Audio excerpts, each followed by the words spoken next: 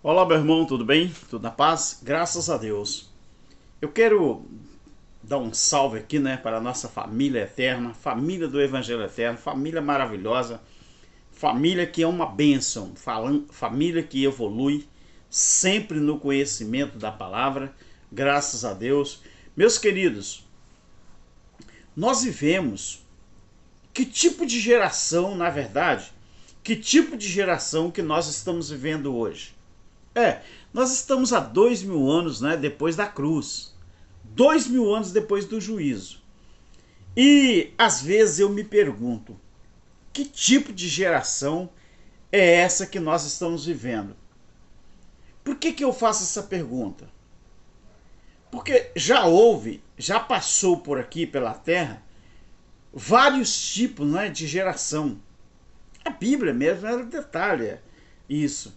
Então, a Bíblia, ela fala que no passado havia gerações, não é, que atingiram 900 anos, né? O caso de Matusalém, 969 anos, não é? Nós podemos perceber que Enoque, não é? Ele viveu 365, né? Nós observamos Adão, 930 anos, e a Bíblia tem gerações de 900 anos, a Bíblia tem geração de 70 anos, a Bíblia tem geração de 500 e tantos anos, a Bíblia tem vários tipos de gerações, mas também a Bíblia gostava de colocar nome nas gerações, né? Então, como já houve vários tipos de gerações na Bíblia, eu quero falar somente de 3 gerações. E a quarta você vai se surpreender. Eu quero falar de 3 gerações que a Bíblia menciona, e a quarta é que você vai se surpreender com o que eu vou falar, tá bom? Por exemplo, quando você abre a Bíblia em Atos dos Apóstolos, no capítulo 2, o versículo 40, eu não vou estender muito, falar sobre vários versículos, mas o contexto é esse. Em Atos dos Apóstolos, no capítulo 4, o versículo 10, diz assim: com muitas outras palavras, dava testemunho os exortava, dizendo: salvai-vos desta, verbo indicativo, geração perversa. Quem estava fazendo esse discurso aqui e exortando as pessoas? O apóstolo Pedro.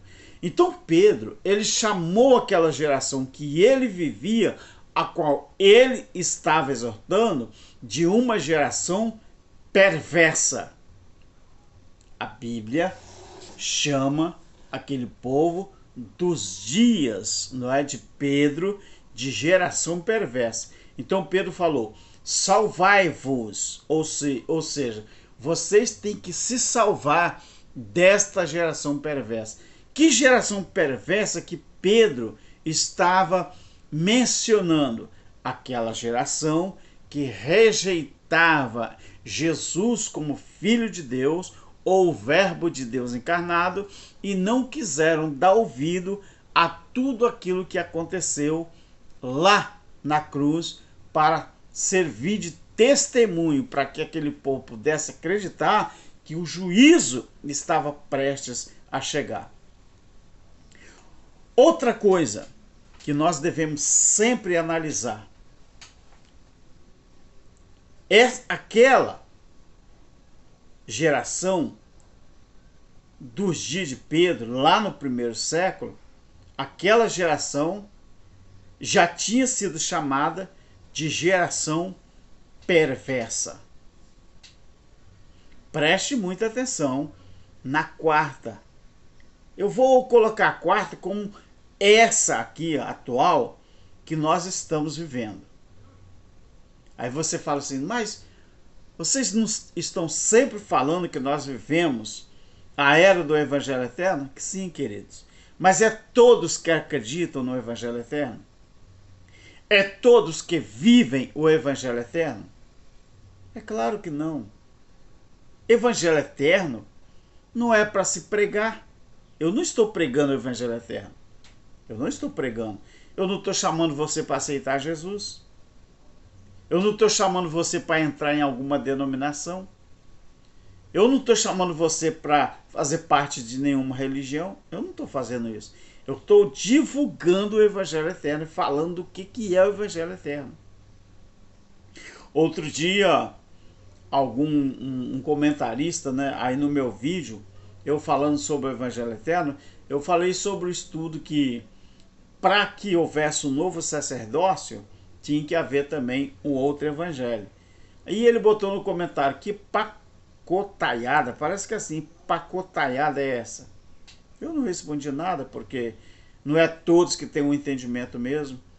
Então, queridos, em segundo lugar, em Filipenses capítulo 2, o versículo 15, diz assim, isso aqui já foi Paulo.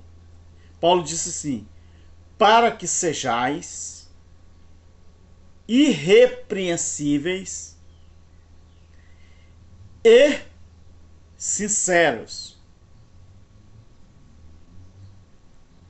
filhos de Deus, inculpáveis no meio de uma geração corrompida e perversa. A geração que Paulo vivia também não era fácil, não. Pedro chamou aquela geração dos dias dele de geração perversa. Paulo já chamou aquela geração de, além de perversa, era uma geração corrompida. Ele disse assim: entre as quais, ou entre a qual, vocês resplandeceis como astros no mundo. Ou seja, Paulo está conversando aqui com os irmãos lá de Filipos. Ele disse assim: olha, esta geração que nós estamos fazendo parte dela é uma geração perversa, é uma geração corrompida, e vocês têm que se tornar, no meio dessa geração, como pessoas inculpáveis perante o Senhor. Aí Paulo diz: inculpáveis por quê? Ele falou: porque entre elas, entre essa geração, vocês têm que resplandecer como se fossem astros no mundo. Ou seja, tinha que ser um povo diferenciado daquela geração corrompida e uma geração perversa em que Paulo estava vivendo. Em terceiro lugar, quando Pedro escreveu, eu acredito assim, a sua primeira carta, no capítulo 2, o versículo 9, Pedro escreveu assim: mas vocês, que é a segunda pessoa, ele disse assim: mas vós, se referindo aos judeus, tá, queridos? Mas vós sois a geração eleita. Existe outros adjetivos ali, mas eu só coloquei só um. A geração eleita. Aí ele botou sacerdócio real, ele botou nação santa, ele botou povo adquirido. Aí eu completei, porque está escrito também, ele falou assim: e vós sois a geração eleita. Pedro diz que o objetivo daquela geração eleita, aquele sacerdócio real, aquela nação santa, povo adquirido, era para que anunciasse as grandezas de Deus. Vós sois a geração eleita. O nome que Pedro não deu e que Paulo também não deu, com referência aos judeus, Pedro aqui, na sua carta, lá em Atos dos Apóstolos, Pedro não disse que geração que era a deles. Ele falou só a geração que eles estavam no meio. Mas Pedro falou que tinha uma geração ali, que no caso era eles, os judeus, que já seria a geração eleita para anunciar as grandezas de Deus. Então, era uma referência ao povo judeu. Agora, querido,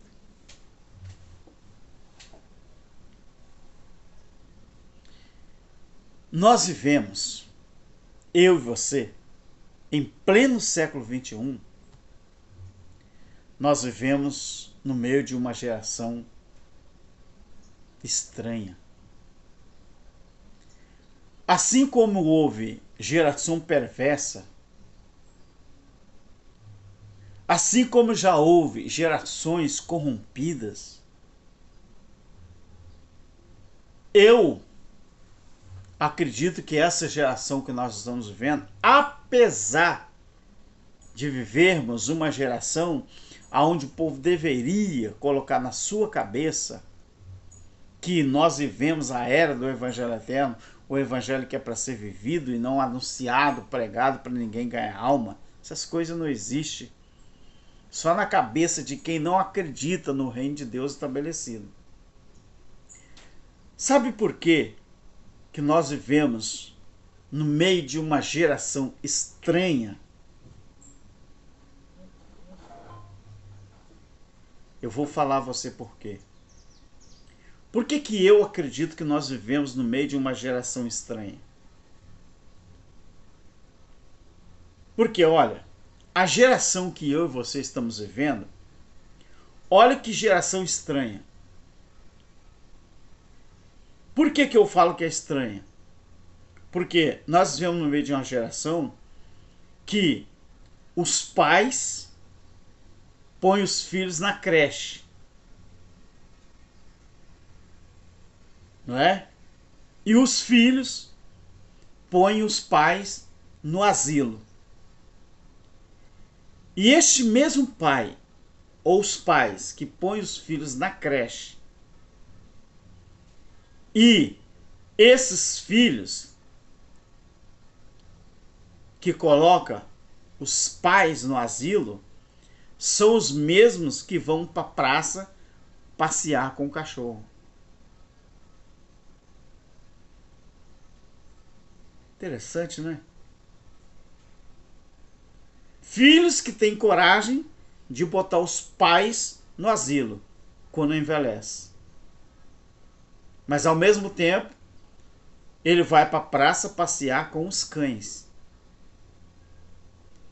Aí eu boto o meu filho na creche durante o dia todo para eu poder trabalhar. Então para que teve o filho?